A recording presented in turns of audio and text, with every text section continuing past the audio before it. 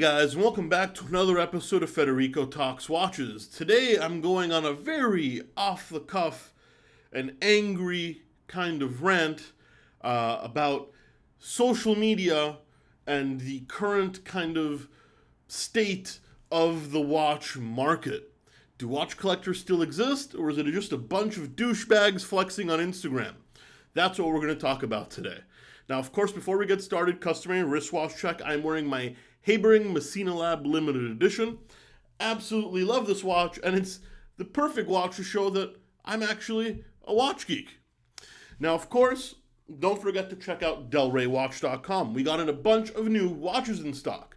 We got in an Omega Seamaster on rubber with the silver dial. We have an IWC Ingenieur AMG limited edition with the new IWC in-house chrono movement. And the most beautiful watch I think ever made, the Breguet Moonphase with the enamel dial. All that and more at delraywatch.com, link in the description below. Now, I'm going to start this video by saying I'm fully aware a lot of people are going to disagree with me, and I fully expect to get shit for this video because I'm not going to bite my tongue. This is completely off the cuff, unprepared, and I'm going to speak my genuine opinion and mind. And this video actually was inspired by a video I saw on Bark and Jack's channel. That's Adrian, great YouTube channel, and even though I don't know Adrian well at all, we've spoken maybe 2 or 3 times on like Instagram Messenger, I do respect his content. It's very well shot, and you know, I do think he's extremely genuine all the time, and he made a video called "Is Social Media Destroying the Watch Industry?" And I watched it, and I kind of agree. Now, if you want to see a more prepared video that's maybe a little bit more better thought out, go to Bark and Jack and check out that video. However, I do think he was a little lenient on the whole subject. Now, yes, I'm a watch dealer, so I know directly what people buy, what people are spending their money on. And I'm a watch dealer that caters to watch geeks. I sell a lot of stuff most guys won't sell. You know, Girard-Perregaux, Habering, Piaget. I mean, I stock things for watch geeks because it's the stuff I love.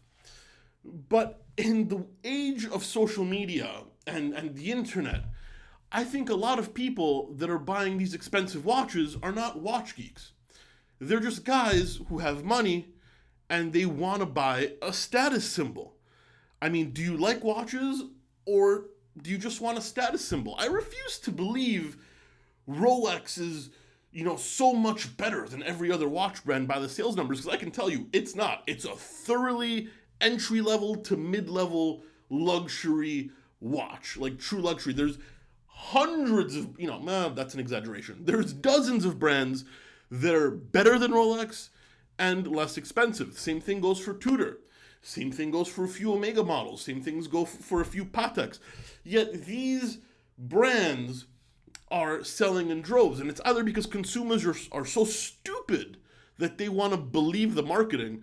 Now, are you really influenced by marketing, guys? You let me know. I mean, everybody is to a certain extent, but are you really going to spend, you know, 10, 20 grand because of marketing? Or is it because people want to fit in, that they see the sub on Instagram, they see the Daytona on Instagram, and, you know, that kind of influences you because it's a status symbol. You want people to kind of know you have money. You're kind of showing off this new internet word, flexing, right? Like internet flexing. Because I refuse to believe that Daytona is so much more beautiful than a Laureato or a Mille Miglia or a Habring or, you know, many other watches that you could have at that price point. I think internet hype culture in general is ruining watches because now everybody knows what you're doing in every minute of the day, and you want to show the best part of your life. You want to show everybody that you're better than everybody else. And of course, you don't actually buy the watch you want. You buy the watch that is a status symbol because, you know what? People love to fit in. Now, obviously, maybe not my viewers because everybody here, you know, is a watch geek to a certain extent, but I challenge everybody watching this video. Look down at the watch you own. Look down. Did you buy it because you genuinely love it? Or did you buy that sub because it's a cult classic and that was a safe choice? And you know what? You've seen so many of them that you kind of want one too. Did you actually really love it? Is it genuinely the watch you want, or is it just to fit in? Now, most people aren't honest with themselves, but I fear the ones that are, a fair few would agree with me. We're in the age where people show off money and no class. Now, you genuinely love the sub? Go for it. I mean, I own a Hulk, so I can't deny it. But if you look at my watch collection, I'm a genuine watch geek. Habring, Piaget, Girard-Perregaux. Yes, I have a Rolex. I have a Panerai. But I have a lot of things that I bought for myself. And I guess it's maybe because my career is partially in social media that I don't really care that much. But I have also noticed that social media is changing me a little bit. I mean, if you follow me on Instagram, you probably know I own a couple of nice cars. I own a Ferrari. I also own a Hulk. And I'm not that type of guy that posts those stupid pictures on Instagram of like my wristwatch on the steering wheel and, take a look at me revving my engine. But I have posted those things because you know what? It gets views. It gets views and it grows my business.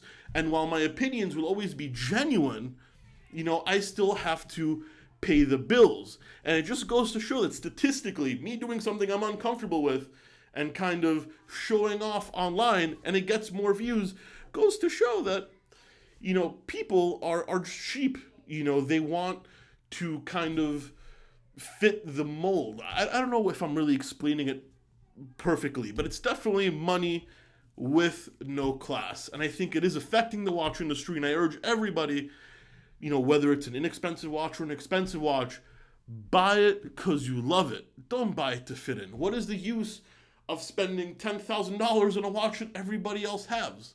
If you're spending $10,000, don't you want it to be special? I know I do. Anyway, guys, that's it for today. Please give this video a thumbs up if you agree. If you disagree, give it a thumbs down. Don't forget to subscribe so you don't miss any more content. Thanks so much, and take care.